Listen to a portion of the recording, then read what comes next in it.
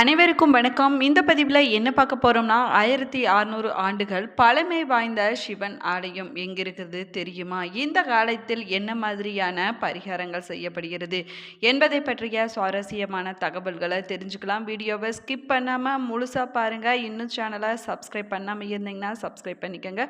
கூடவே இருக்கிற பெல் ஐக்கானையும் கிளிக் பண்ணிக்கோங்க. ஜோதிட ரீதியாக உங்களுக்கு நிறைய சந்தேகங்கள் இருந்தாலும் சரி, தனிப்படையான ஜோதிடம் பார்க்க விரும்புபவர்களாக இருந்தாலும் சரி, இந்த வீடியோவுக்கு கீழே டிஸ்கிரிப்ஷனில் வராகி ஜோதிட நிலையத்தோட தொலைபேசி எண் கொடுத்துருக்குறேன். இந்த எண்ணுக்கு தொடர்பு கொண்டு பேசி பாருங்கள். உங்கள் வாழ்க்கையில் இருக்கக்கூடிய அனைத்து பிரச்சனைகளுக்குமே சரியான தீர்வு கிடைக்குங்க. வாங்க வீடியோக்குள்ளே போகலாம். உங்களுக்கு சிவபெருமான் பிடிக்கும் அப்படின்னா தென்னாட்டுடைய சிவனை போற்றி எண்ணற்றவருக்கு இறைவா போற்றி என்ற வாசகத்தை மறக்காம கமெண்ட் பாக்ஸில் கமெண்ட் பண்ணுங்க. கோவில் நகரமாக இருக்கக்கூடிய கும்பகோணத்தில் பிரதான கோவிலாக இருக்கிறதுங்க ஆதி கும்பேஸ்வரர் கோவிலாகுங்க.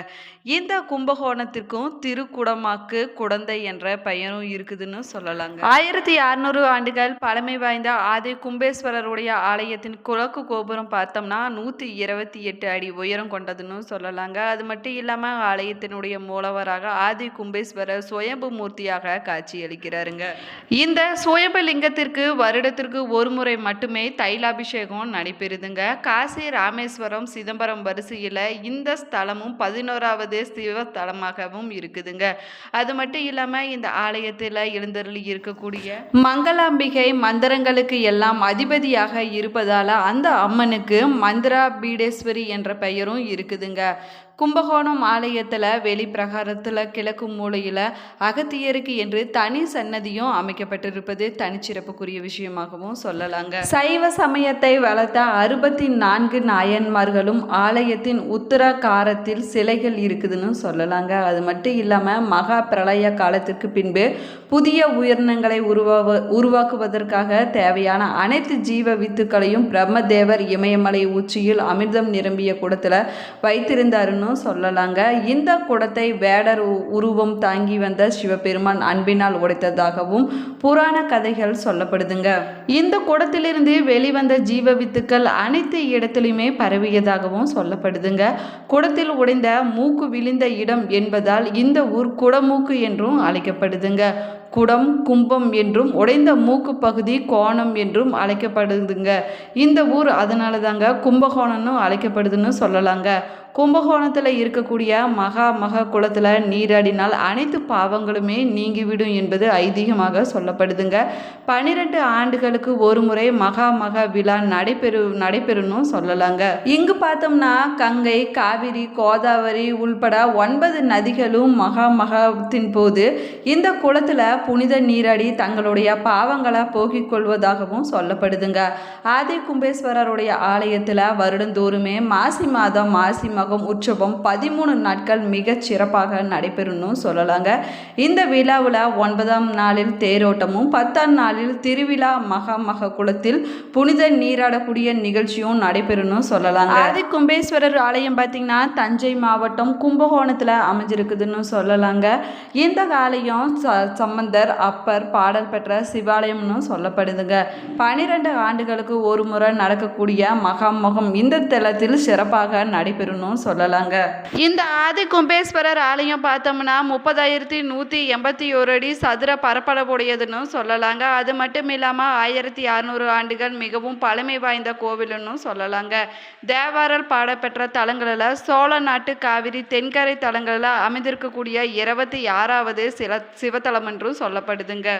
இந்த ஆலயம் பார்த்தோம்னா கல் நாதஸ்வரம் உள்ள பெருமையினை பெற்றிருக்கக்கூடிய கோவிலாகவும் சொல்லப்படுதுங்க. இந்த தலத்தில் இருக்கக்கூடிய இறைவன் பார்த்தோம்னா ஆதி கும்பேஸ்வரர், அமுதகும்பேஸ்வரர், அமுதேஸ்வரர் என்றும் அழைக்கப்படுறாருங்க. உலகிற்கு ஆதி காரணமாக இருக்கக்கூடிய பாரம்பரியம் கும்பத்தில் இருந்து தோன்றியதால இவர் ஆதி கும்பேஸ்வரர் என்றும், நிறைந்த அமுதத்தில் இருந்து உதித்ததால இவர் அமுதேஸ்வரர் என்றும் அழைக்கப்படுறாருங்க. அது மட்டும் இல்லாம திருஞான சம்பந்தர் தாம் பாடிய ஆகிய பதிகத்தில் இறைவனை குழலகன் என்றும் காட்டியிருக்கிறாருங்க. சிவபெருமான் வேடர் உருவத்தில் தோன்றி அமிர்த கும்பத்தை அம்பாள் எய்த போது கிராதமூர்த்தி என்ற வேடருடைய பெயர் பெற்றதாகவும் சொல்லப்படுதுங்க.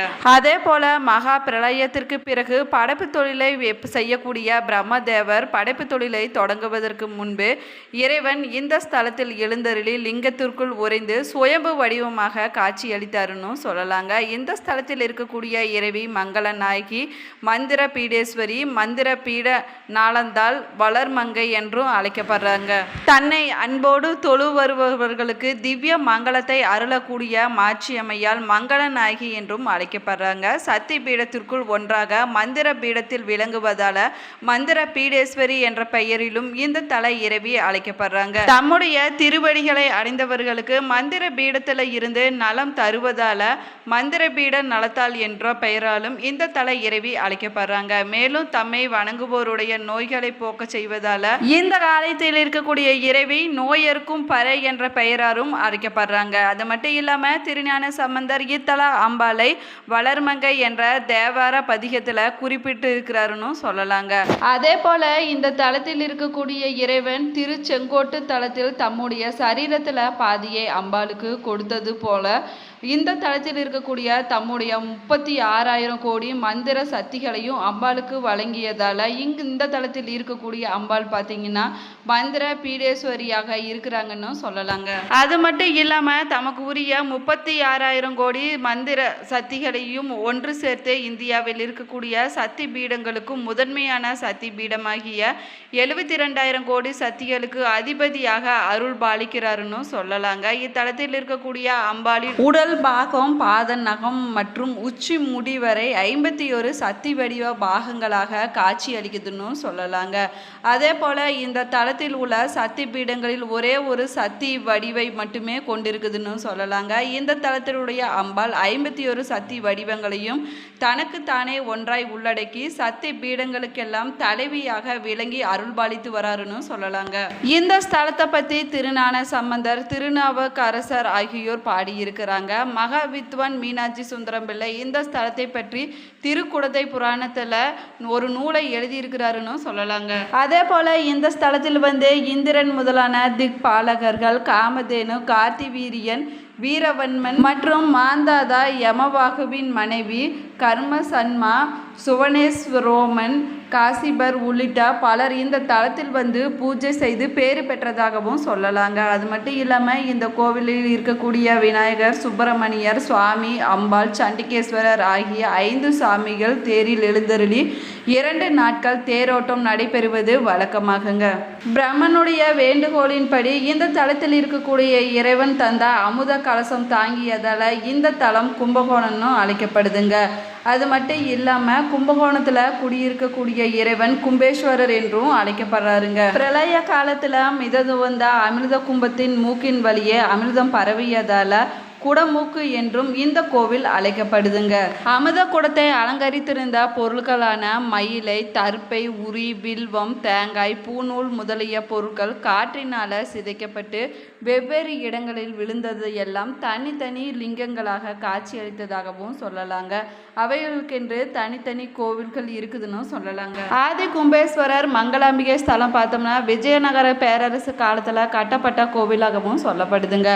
ஆதி கும்பேஸ்வரர் கோவில் தஞ்சாவூர் மாவட்டத்தில் கும்பகோணத்தில் அமைந்திருக்குதுன்னு சொல்லலாங்க. இந்த ஆலயத்தில் 4 நுழைவாய் கோபுரங்கள் அமைக்கப்பட்டிருக்குதுன்னு சொல்லலாங்க. இங்க இருக்கக்கூடிய தீர்த்தம்னு பார்த்தோம்னா மங்கள கும்பம், மஸ்வா, நாகத்தீர்த்தம், குரத்தீர்த்தம் ஆகிய 3 தீர்த்த கிணறுகள் இருக்குதுன்னு சொல்லலாங்க. அது மட்டும் இல்லாமல் சந்திர தீர்த்தம், சூரிய தீர்த்தம், கௌதம தீர்த்தம் மற்றும் வராக தீர்த்தம் ஆகிய 4 குளங்களும் இந்த கோவிலில் அமைந்திருக்குதுன்னு சொல்லலாங்க.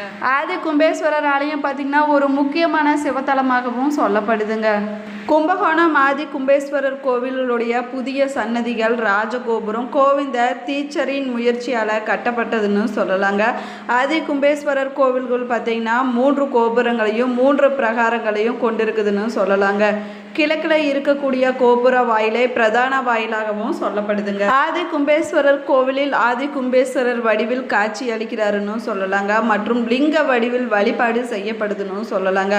ஆதி கும்பேஸ்வரர் கோவில் மகா திருவிழாவின் போது சிறப்பு வழிபாடுகளும் நடைபெறுங்க.